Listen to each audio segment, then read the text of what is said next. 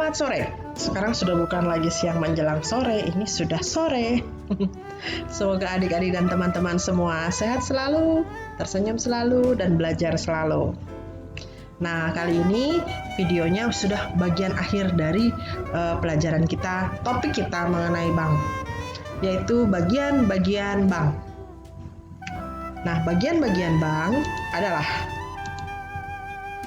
di dalam bank. Ketika adik-adik ini masuk ke dalam bank, itu kan adik-adik lihat bagian luarnya saja. Ya, bagian luarnya biasanya ada customer service, ada teller, ada satpam, pengambil nomor antrian, ya. Jadi berbagai macam. Nah, mungkin adik-adik nanti bisa sharing di dalam Google Classroom ya. Bagian-bagian bank seperti apa sih yang menurut adik-adik itu yang pernah adik-adik lihat. Nah, tapi ini bagian-bagian bank yang kira-kira secara menyeluruh, secara umum lah. Yaitu misalnya ada bagian marketing, ya. Marketing itu bagiannya apa sih? Melakukan pemasaran dengan mencari nasabah. Analis kredit. Nah, analis kredit itu apa sih?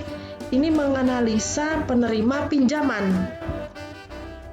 Jadi ketika seseorang itu ingin meminjam uang dari bank, analis kredit ini melakukan analisanya.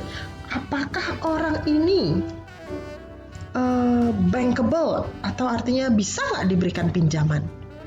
Apakah resiko untuk bisa membayar kembalinya itu tinggi atau sangat rendah? Ketika badan usaha juga meminta kredit, meminta meminjam uang, tentunya analis kredit juga akan menganalisa apakah usaha ini akan bisa mengembalikan pinjaman, atau usaha ini jenis-jenis usaha yang beresiko tinggi untuk apa? Untuk bangkrut misalnya. Ya. Jadi ini disebut analis kredit. Nah, selain itu ada yang namanya juga account officer. Account officer itu biasanya satu orang bertanggung jawab terhadap beberapa account saja. Ya. Dan mereka juga melakukan marketing. Misalnya mereka tawarin nih ke tipe mungkin klien A, ditawarkan ibu sudah punya deposito, apakah ibu memerlukan pinjaman? Kami bisa memberikan KTA.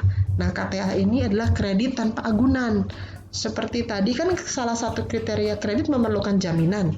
Nah, KTA itu spesial, khusus ibu.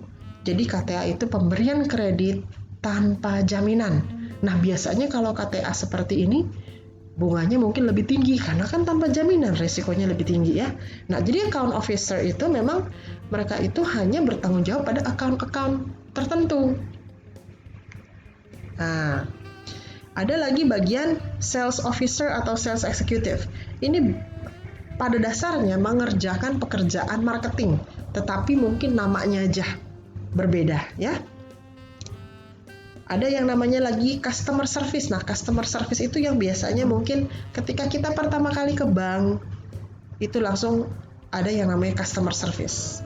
Ya, memberikan sosialisasi pada nasabah atau calon nasabah terkait produk bank. Bagi yang mau buka tabungan dijelaskan produknya seperti ini gitu ya. Nah, ada yang namanya kolektor. Kolektor itu menagih pembayaran pinjaman kredit dari para nasabah bank.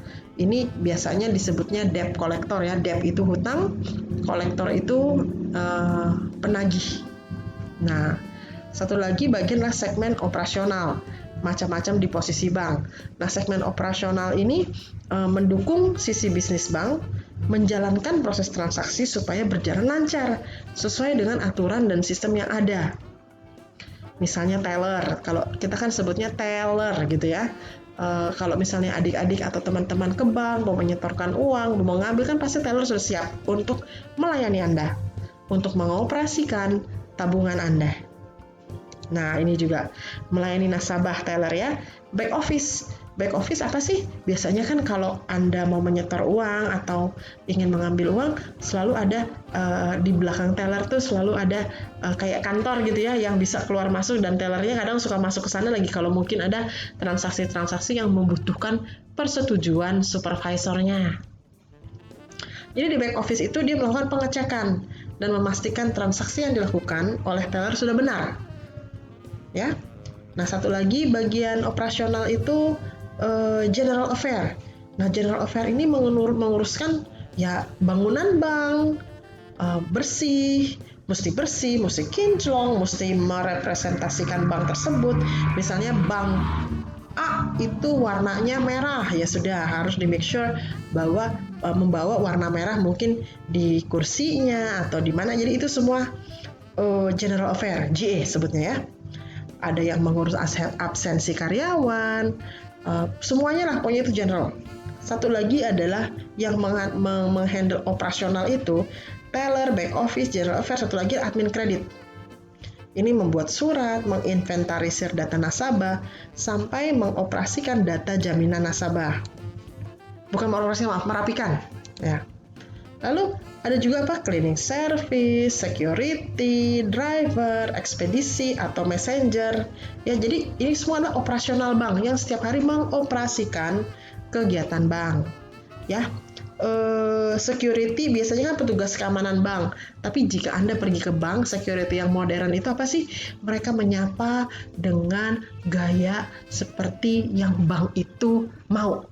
Jadi sudah merupakan SOP, standar operational procedure suatu bank. Misalnya